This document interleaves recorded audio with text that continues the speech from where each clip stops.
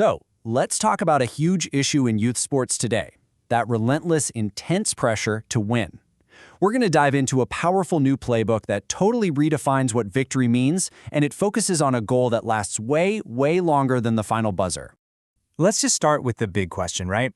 Every coach, every parent, and honestly, every athlete has to deal with this. In a world that is just obsessed with stats, rankings, scholarships, winning at all costs, what is the real point of it all? And wow, this quote really just cuts right to the chase, doesn't it? It's a huge warning about where our sports culture is headed. When winning is the only thing that matters, we risk treating young athletes like products, completely forgetting about the person inside the jersey. Okay, so if winning isn't everything, what's the alternative? Well, this letter we're looking at proposes a really powerful philosophy, a whole different way of thinking called integral formation. And right here, this is the real game changer.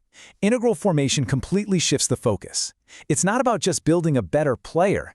It's about using sport as a powerful tool to help build better, more complete human beings, nurturing their body, their mind, and their spirit.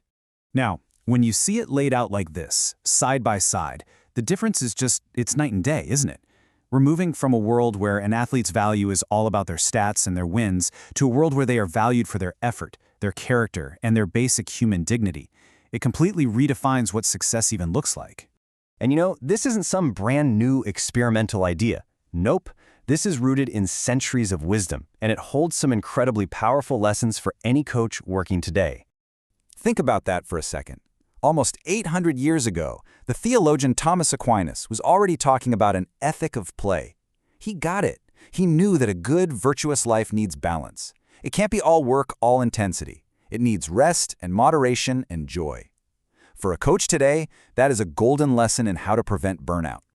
Oh, I love this. The original meaning of the word competition just flips our whole modern idea on its head.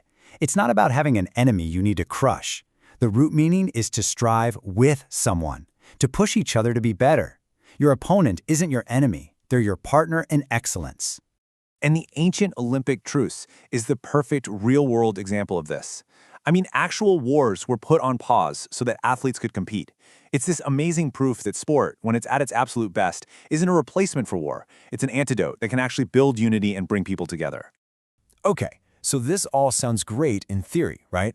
But how does a coach actually do this on the field or on the court?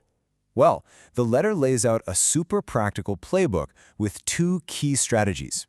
Let's break them down. All right, strategy number 1. This is all about creating that environment of deep, total engagement. You know, that feeling of being in the zone. Social scientists actually have a name for this. They call it the flow experience.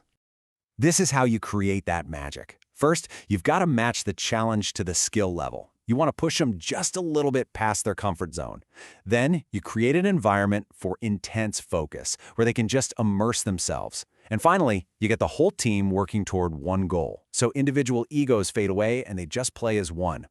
Now, the second strategy. This one is a really conscious choice. It's about deliberately choosing to prioritize the person over the performance, the journey over the final score. And here's the how-to guide for making that happen. As a coach, you make a big deal about the effort, not just the win. You teach your players how to be humble when they win and how to be gracious when they lose. When you frame a loss as a lesson instead of a failure, you're building resilience and character that's going to last them a lifetime. So, you might be thinking, what does this integral formation actually look like in a real person? Well, the letter gives us a fantastic role model, the athlete St. Pier Giorgio Frassati. This guy was an amazing mountaineer, but he didn't see any separation between his love for sports, his spiritual life, and his work helping others. For him, it was all connected. He's the perfect example of how sports don't have to be this separate thing you do. They can be the very thing that makes every other part of your life richer. So, here we are at the final whistle. We've talked about the philosophy, the history, the playbook. What's the ultimate takeaway here? What is the true meaning of victory for a coach who really wants to make a lasting difference? The answer has been right there the whole time, in the title of the letter. The real goal isn't just winning a trophy. It's about helping your players build a foundation for a full, meaningful, and abundant life long after they've hung up their cleats. And so, it all really boils down to this one question. As a coach, as a parent, as a mentor, you have to ask yourself, in the grand scheme of things, which victory really matters? The one on the scoreboard or the victory that's happening inside that young person? The one that's building them into a person of character? That's the real championship.